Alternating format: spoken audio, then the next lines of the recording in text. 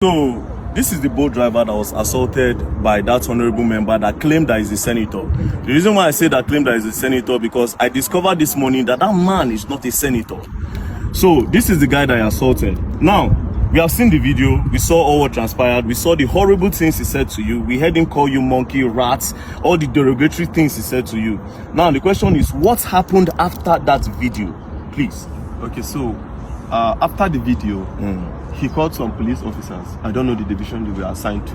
Okay. And then they bundled me to the station.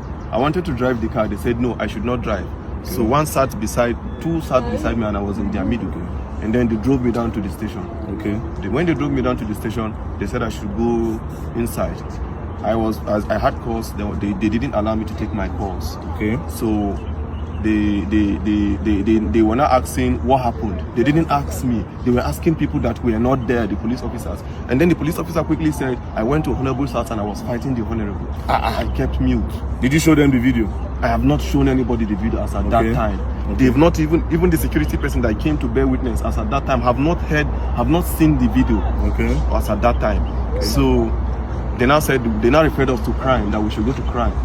So we went to crime. The man was not asking what happened. As I was explaining, initially I didn't explain. The man now said he cannot actually hear from one side. The other person has to come to actually give his own side of the story.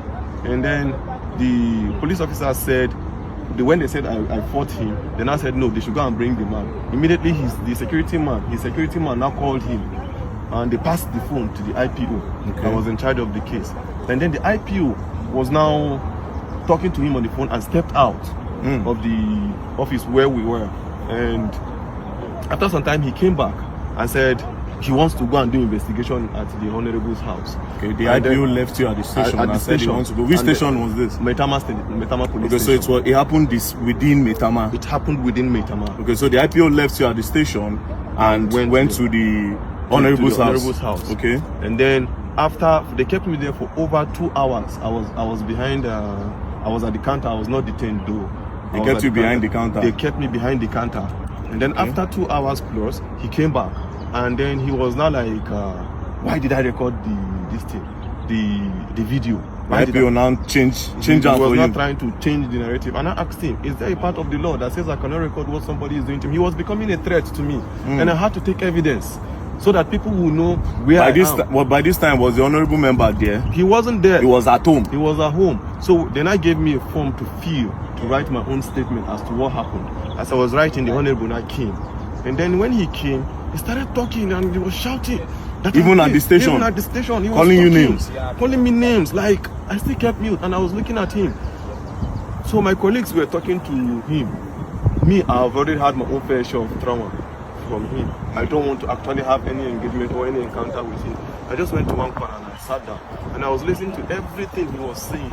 All the names he was calling me. You common boat driver, you're a poor man, you have pride in your poor, you have this, you have that. I kept mute. I said, so the problem you have now is a poor man cannot speak, that I'm in Nigeria and I shouldn't be treated as a foreigner in this country, as I'm from Delta State and I cannot be treated, I cannot have you treat me like a foreigner in my own. Now, when did you leave the station? I left the station at about, I think some minutes to 3 or so. Where's your car?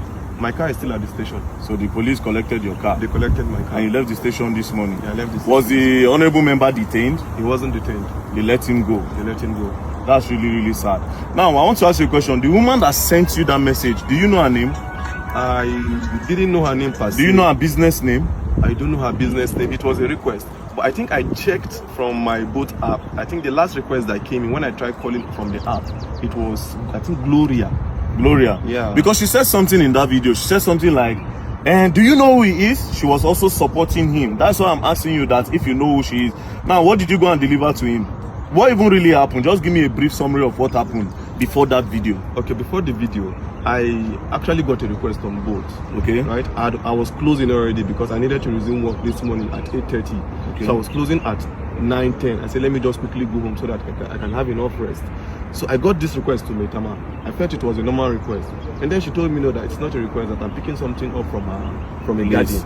Okay. Right? From a garden. Which garden? I don't know the name of the garden. She just described the garden that after Kado roundabout, you will see one orange color container, and then there's a garden beside it. Okay. So I just quickly went there, parked. The girl just came without wasting time, brought the package that it's a snail. I said, okay, snail, yeah. So she dropped it. It was the girl that brought it and dropped it on the seat. She understood that part. Okay. I was like, okay, there's no problem. I'm going. So on getting to the man's house, I called him. Okay, I'm at your gate. You know, I said, okay, I should give it to the security man. They gave it to the security man. The security man explained where the house address is. So I drove down to the house. On approaching, I called the man again. I said, Oga, I'm here. He now said, I'm not here. That if you're here, I will see you.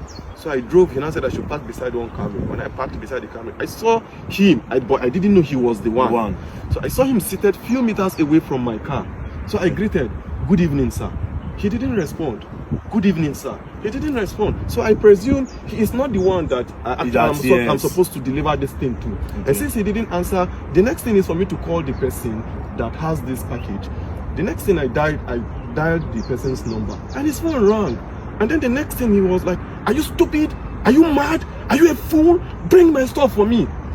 So I was not happy at the way he talked to me because I was doing my professional job, right?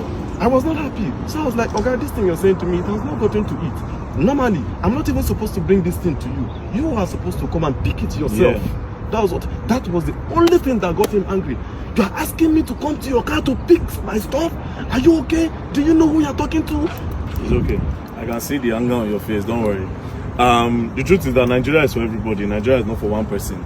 If an honorable member will be treating people like this, then just imagine what the president supposed to do. Now, I need to remind you, we are all clamoring for the youth to come to power. See this one now, youth. I always say something. The youth are looking for a better... They are not trying to make this country better, a lot of them. They want to get power to do worse than these people because they have a better way of hiding this evil than these old men in power. But nevertheless, the man does not have immunity. I just discovered that he's not a senator. So actually pursue this case. And I believe that the law will take its course. We'll go to... I've heard a lot of things about Maitama police station, which I'm not going to say. But I believe in the new commissioner of police that have been moved here. Commissioner of police Disu. So this case will be reported to him directly. And I believe that the law will take its course. So don't worry. You said you're not feeling well. I'm not feeling well. He hit me on my chest. Severally, he was just hitting me on my chest. And I stayed mute. I was looking at him.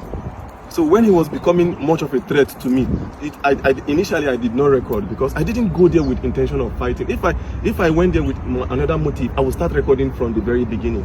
It was when he was becoming a threat, when he said he would pay 50 million naira and then they would delete me and look at me, this cheat. He was just calling me all sorts of names. You pay 50 million and they will delete you. Pay 50 million naira to somebody, to people, and then they will kill me and nobody will say anything.